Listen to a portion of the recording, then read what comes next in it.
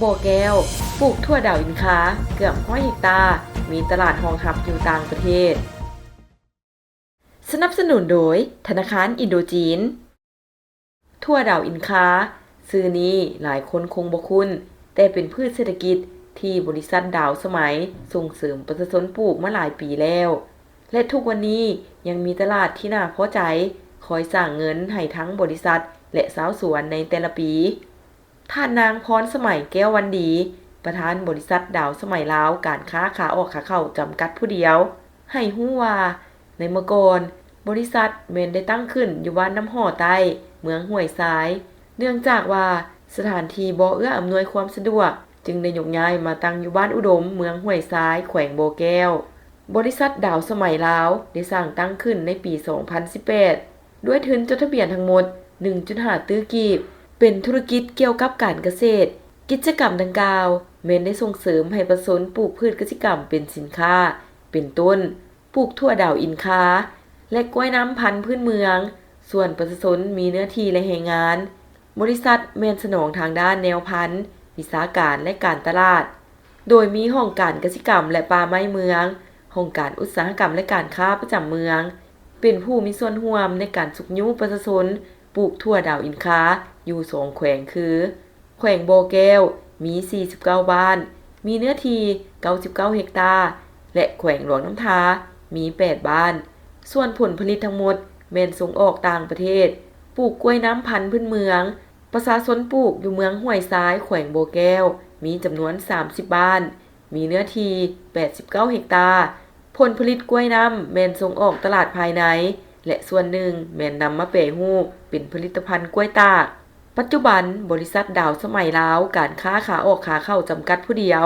มีผลิตภัณฑ์2อย่างคือซาดาวสมัยเป็นซาสมุนไพรจากเปลือกและใบของทั่วดาวอินคาและกล้วยน้ำพันธุ์พื้นเมืองต่างในโดมโดยพลังงานแสงอาทิตย์ทั้ง2ผลิตภัณฑ์เป็นวัตถุดิบที่นำมาจากสวนสมาชิกปลูกผ่านมาและผลิตภัณฑ์ดังกล่าวมีทะเบียนอย.จากกรมอาหารและยาของกระทรวงสาธารณสุขได้รับกาหมายโอดอปจากกรมส่งเสริมการค้ากระทรวงอุตสาหกรรมและการค้ากาหมายเมดอินลาวจากสภาการค้าแห่งชาติและได้ขึ้นทะเบียนจากกรมทรัพย์สินทางปัญญากระทรวงวิทยาศาสตร์และเทคโนโลยีประธานบริษัทยังกล่าวอีกว่าในตัวหน้าทางบริษัทแม้นจะได้เอาใจใส่สืบต่อส่งเสริมและพัฒนาผลผลิตด้านเกษตรกรรมให้เพิ่มขึ้นหลายกว่าเก่าเพื่อสร้างเวียงเห็นงานทำให้แก่ประชาชนบรรดาเผ่าให้มีรายรับเข้าครอบครัวเฮ็ดให้ชีวิตการเป็นอยู่ดีขึ้นและการผลิตให้มีการพัฒนาเพิ่มขึ้นทางด้านปริมาณและคุณภาพของผลิตภัณฑ์ให้ได้มาตรฐานสากลผ่านมา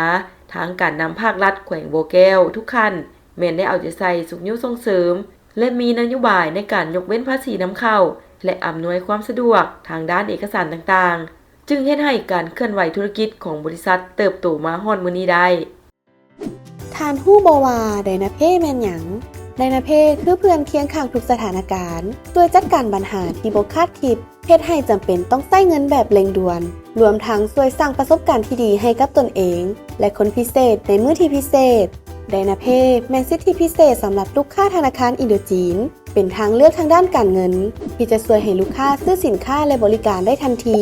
โดยการชำระคืนภายหลังได้สูงสุด12งวดใช้ไดนาเพ่ด้วยความมั่นใจง่ายสะดวกสบายสิทธิประโยชน์ที่ทานจะได้รับสมัครง่ายบ่ใช้เอกสารไว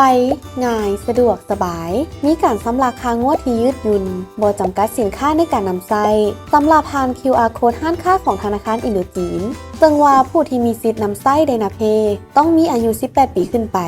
มีบัญชีกับธนาคารอินโดจีนและมีแอป IB คู่ของธนาคารไดนาเพ่คุ้นค่าที่หลายกว่าเงินฝาก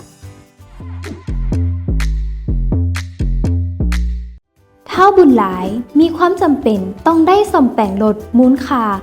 6,800,000 กีบถ้าบุญหลายเลือกจ่ายด้วยไดนาเพ่ที่สามารถผ่อนจ่ายได้6งวดตกงวดละ1,200,000 กีบโดยที่บ่ต้องจ่ายเงินเป็นก้อนใหญ่แบบเต็มจำนวนถ้าบุญหลายมีความสบายใจในการจ่ายค่าซ่อมแปลงรถของเราเนื่องจากยังมีเงินเหลือไปใช้จ่ายอื่นๆได้อีก